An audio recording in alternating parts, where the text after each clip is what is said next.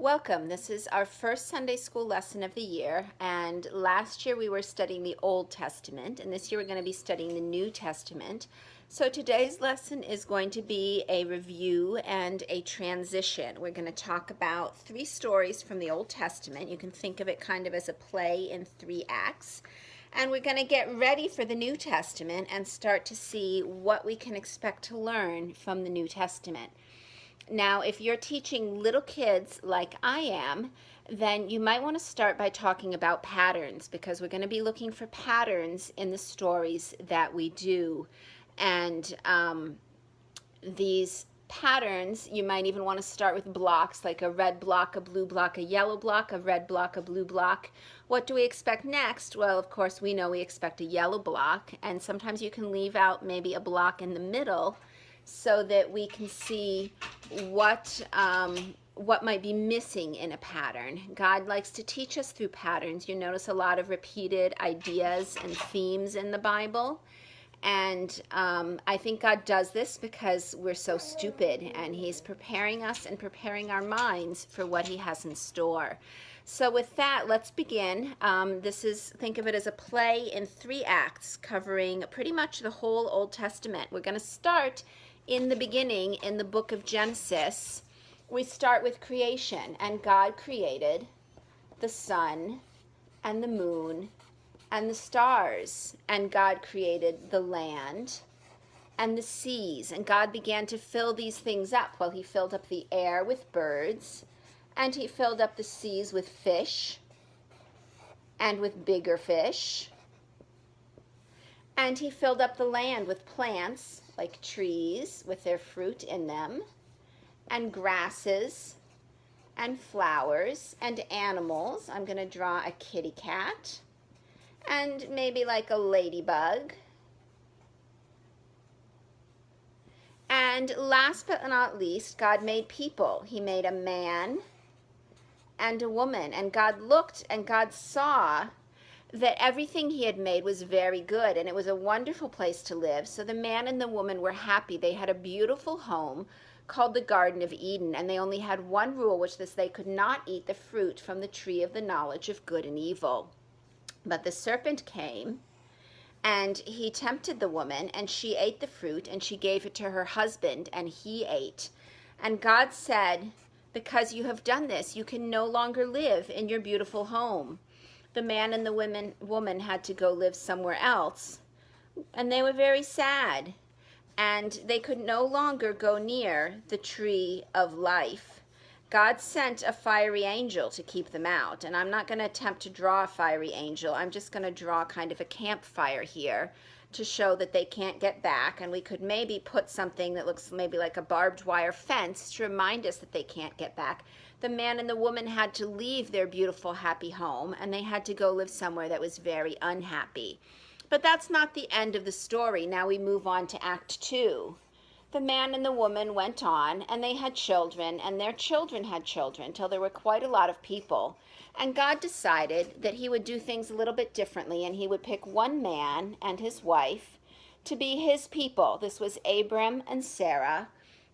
And He promised them that He would give them land and descendants. Two things He promised them. He promised them children and a place to live.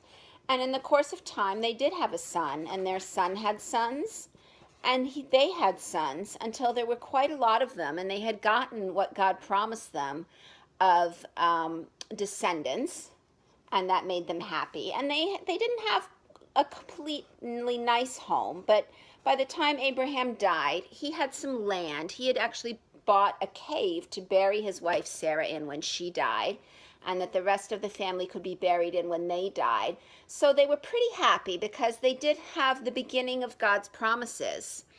Even though their home maybe wasn't quite as nice as what God had promised yet, that part of the promise wasn't completely fulfilled. Now, it happened in the course of time that there was a famine, and the people had to go down and live in Egypt. I'm going to draw a pyramid, because Egypt was known for its pyramids. And at first it was nice in Egypt, but over time the people became slaves there, and so they were sad. They were sad because they weren't in their own home, and because they had to be slaves. And they cried out to God, and He sent a man named Moses, who led them back to their own home. And this time, they got to have fortified cities. Back then, cities had walls, so I'm drawing my city with some walls to protect it. And they ended up having a king. We'll give our king a queen. And they built a temple to worship God in. I'm going to give the temple some pillars because Solomon's temple was known for its pillars. So this was pretty happy. They were happy in their own land this time with lots of descendants. And then we move on to the third act. Now, the third act kind of starts where the second act left off. We have a king and a queen, and we have fortified cities, and we have a temple. Unfortunately, the people began to do some things wrong.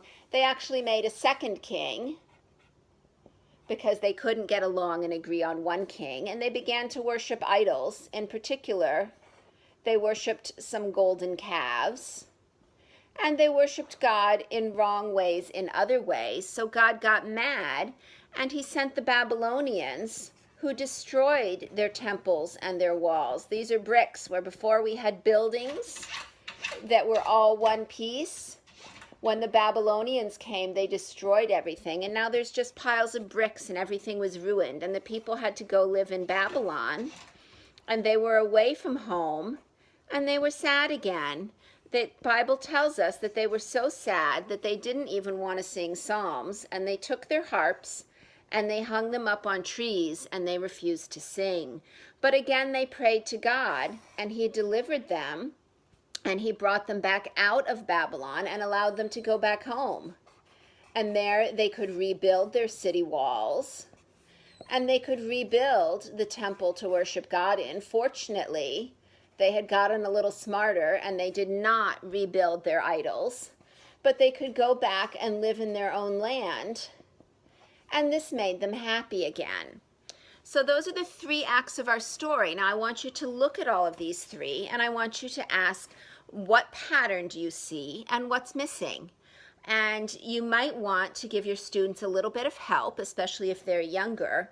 Let's start here in the middle. These people, how do they feel? They're happy, and they're happy because they have a home and a family. But then something happens, and they're not allowed to live in their home, and they're not happy. But then when the story ends, they get to go back to their home and be happy. The pattern goes home, exile, and return home. Happy, sad, happy. And we see the same pattern over here. The people are happy, and they're living in their home. And then they're sad because they can't live in their home. But then the story ends when they're happy because they get to return home again. But what happened at the beginning of the story? We started out with Adam and Eve very happy in the Garden of Eden. This was a perfect home. But then they're sad and they can't live at home. But something's missing here. What's missing? Well, from the other patterns God gives us, home, exile, return, happy, sad, happy, sad, happy, we know what's missing here. We have happy, sad, but we don't have happy again. We have home and exile, but we don't have return. Even though these events happen first, the stories that come after help us know what's missing. And this is where the New Testament comes in, because all these things that we've talked about happened in the Old Testament, but there's one thing missing. And what's missing is what's going to happen to these people. They don't have their happy yet, and they don't have their return home. So the whole New Testament is going to be telling us what happens next. And that's where we're going to end for this week. And next week, we're going to pick up with the New Testament, and we'll start to find out how these people are going to get home again.